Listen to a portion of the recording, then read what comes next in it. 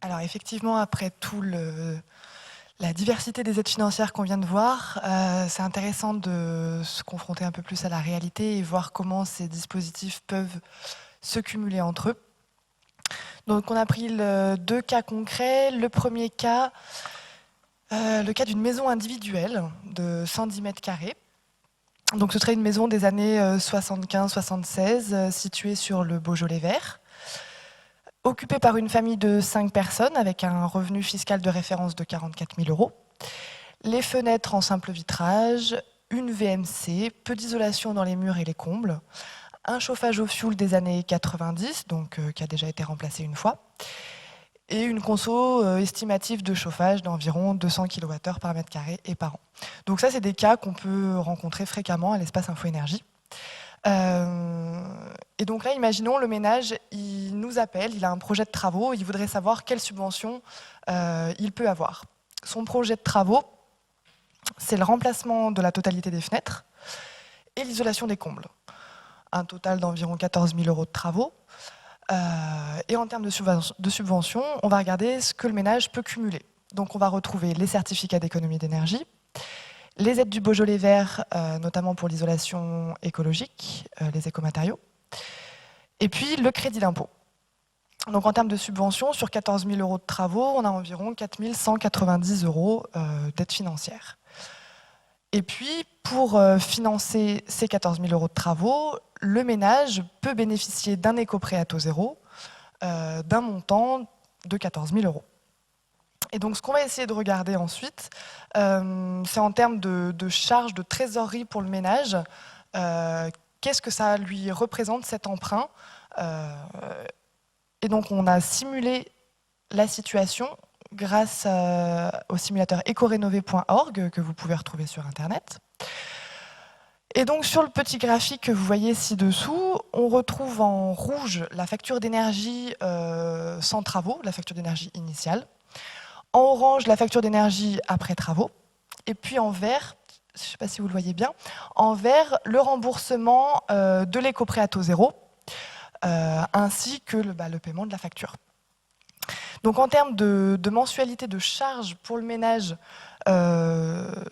cet éco-prêt à taux zéro déduit des économies d'énergie faites, on est à environ 37 euros de plus par mois en moyenne sur les 5 premières années. Au bout de 10 ans, donc une fois que l'éco-prêt à taux zéro est remboursé, la facture, elle n'est plus à 4 800 euros si jamais il n'avait pas fait de travaux, mais environ à 3 200 euros. Donc le ménage fait quand même des économies d'énergie, mais on constate par le graphique, par exemple, que le ménage reste dépendant des fluctuations du prix de l'énergie. Dans ces cas-là, l'espace Info Énergie, ce qu'on va essayer de faire, c'est de requalifier son projet, d'essayer d'imaginer une rénovation globale et à basse consommation, et de voir si, en termes de mensualité pour le ménage, c'est faisable. Donc voilà la réorientation du projet. Une isolation par l'extérieur, une isolation de plancher bas, la mise en place d'une VMC double flux, la mise en place d'une chaudière à granulés, et on conserve le projet initial de travaux du ménage, donc le remplacement des menuiseries, l'isolation des combles, et puis on compte un petit peu de travaux induits.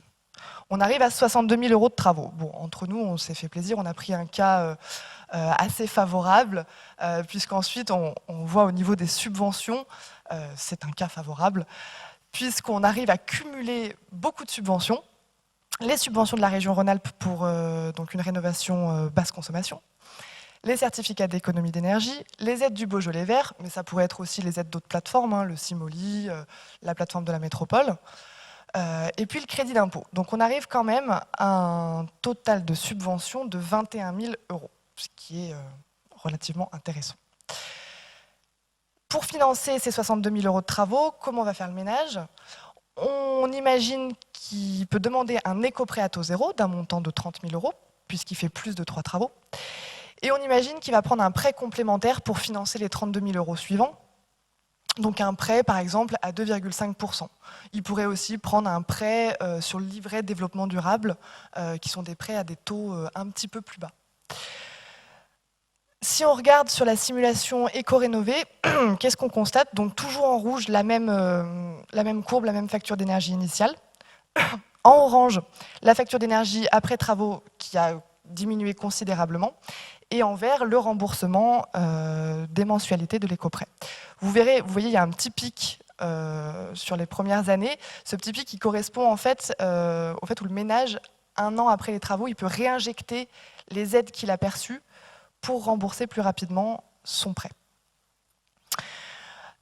Donc en termes de charges pour le ménage de trésorerie de mensualité par mois, on est environ à 71 € de plus en moyenne les 5 premières années. Et au bout de 15 ans, quand l'éco-prêt à taux zéro est remboursé, la facture n'est plus à 4 800 €, mais à 660 €. Et là, on remarque par rapport à la situation précédente que le ménage réussit à se couper des fluctuations du prix de l'énergie. Alors un point de vigilance qu'on donne aussi à l'espace Info-Énergie, c'est qu'effectivement pour que ça fonctionne, là c'est de la théorie, hein, c'est une petite simulation, pour que ça fonctionne, effectivement il faut qu'il y ait une bonne mise en œuvre des travaux et une bonne utilisation du logement par la suite, pour atteindre la basse consommation.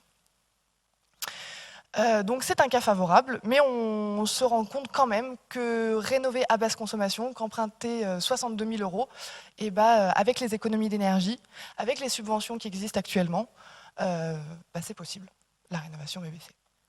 Donc ça, c'était le premier cas, une maison individuelle sur le territoire du Rhône.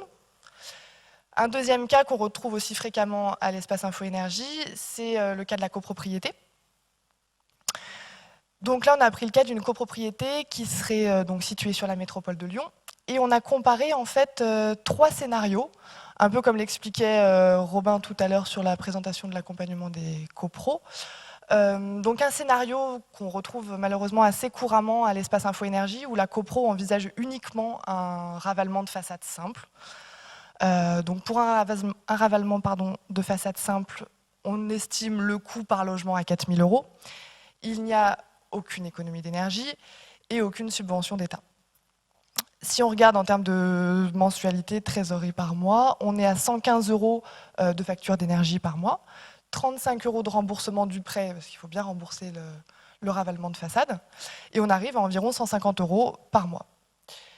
Si on compare ensuite avec une rénovation volontaire, qui ferait environ 35% d'économie d'énergie, pour un coût par logement de 12 000 €, et là, cette fois, on va retrouver les subventions, donc les subventions de la métropole, et puis les subventions d'État dont on a discuté tout à l'heure. Les copropriétaires peuvent également soustraire un éco-prêt à taux zéro.